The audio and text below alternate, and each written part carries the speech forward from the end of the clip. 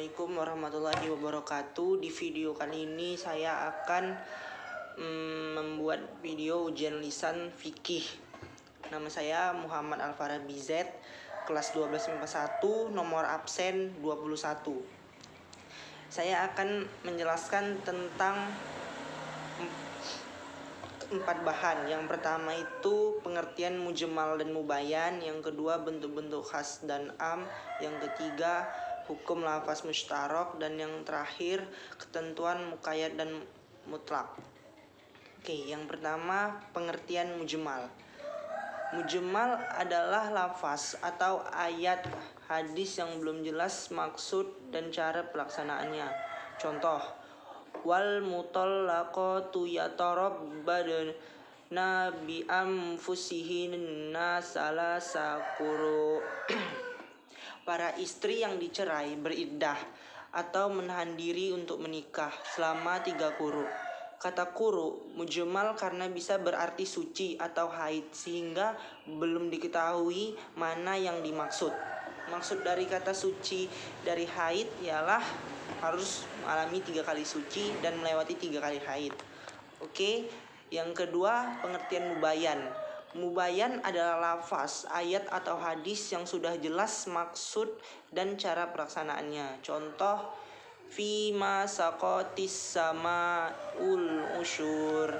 Apa-apa yang diairi dengan hujan zakatnya adalah 1/10. Lafaz ayat atau hadis tersebut telah jelas bahwa zakat pertanian harus menggunakan hujan 1/10. Oke. Baik, yang kedua itu bentuk-bentuk am dan khas. Bentuk-bentuknya adalah kulla nafsi zalika tul marot.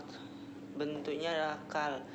Yang kedua, huwallazi khalaqalakum ma fil ardi jami'a. Bentuknya adalah jami'a. Baik, yang selanjutnya adalah harmat alaikumul maitatu waddam. Isim mufrad yang ditakrif dimakrifatkan dengan al. Selanjutnya, fawail lil musallin. Jamak yang ditakrif dengan al. Hurmatu alaikum ummahatakum wa tatukum wa ahwatukum wa ammatukum wa khalatukum wa banatulahu wa banatul khut. Jamak yang ditarif dengan idafat. Oke, yang terakhir la ilaha illallah, isim nakhirah yang terletak setelah nafi.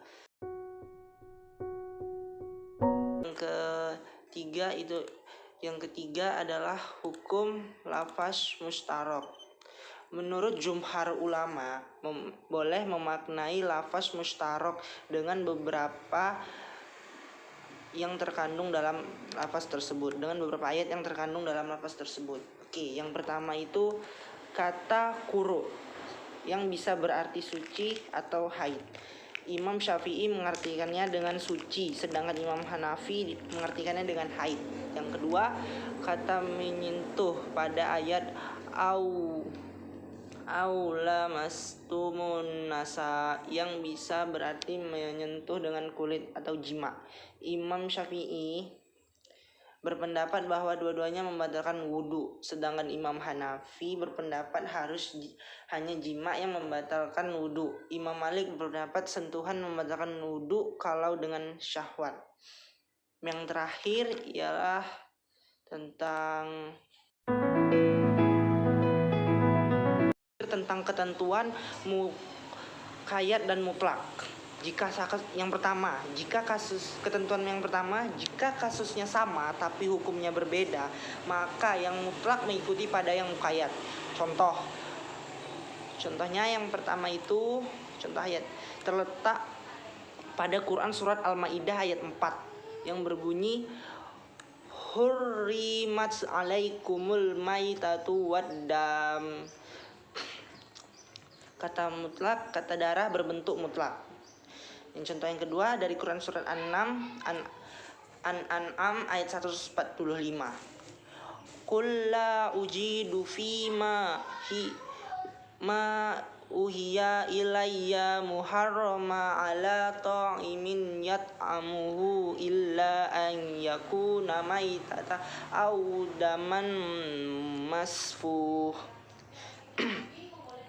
Kata darah berbentuk muqayyad.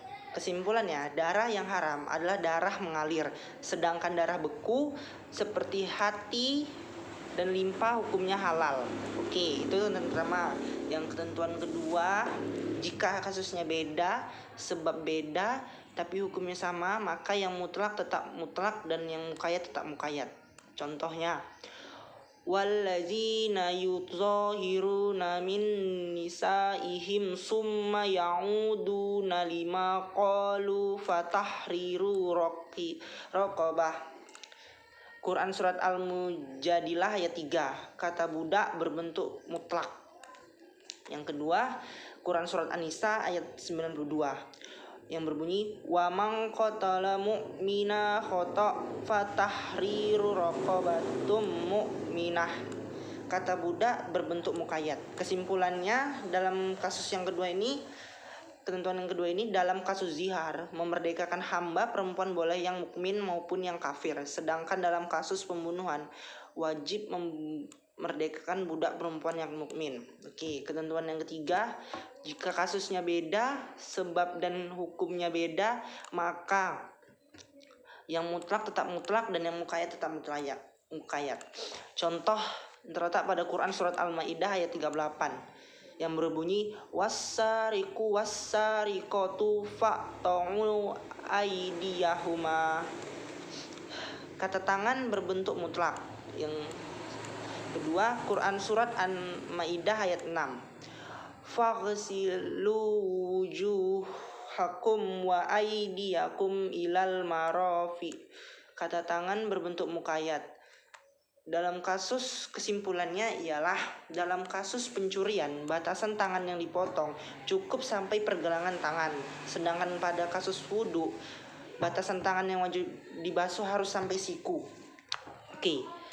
Yang terakhir, ketentuan yang keempat, jika kasusnya beda, sebab sama, hukumnya beda, maka menurut jumhur ulama yang mutlak tetap mutlak dan yang muqayyad tetap muqayyad. Sedangkan menurut Syafi'i yang mutlak mengikuti pada yang muqayyad. Contoh terletak pada Quran surat Al-Maidah ayat 6. Famsahu biwujuhikum wa aydikum minhu.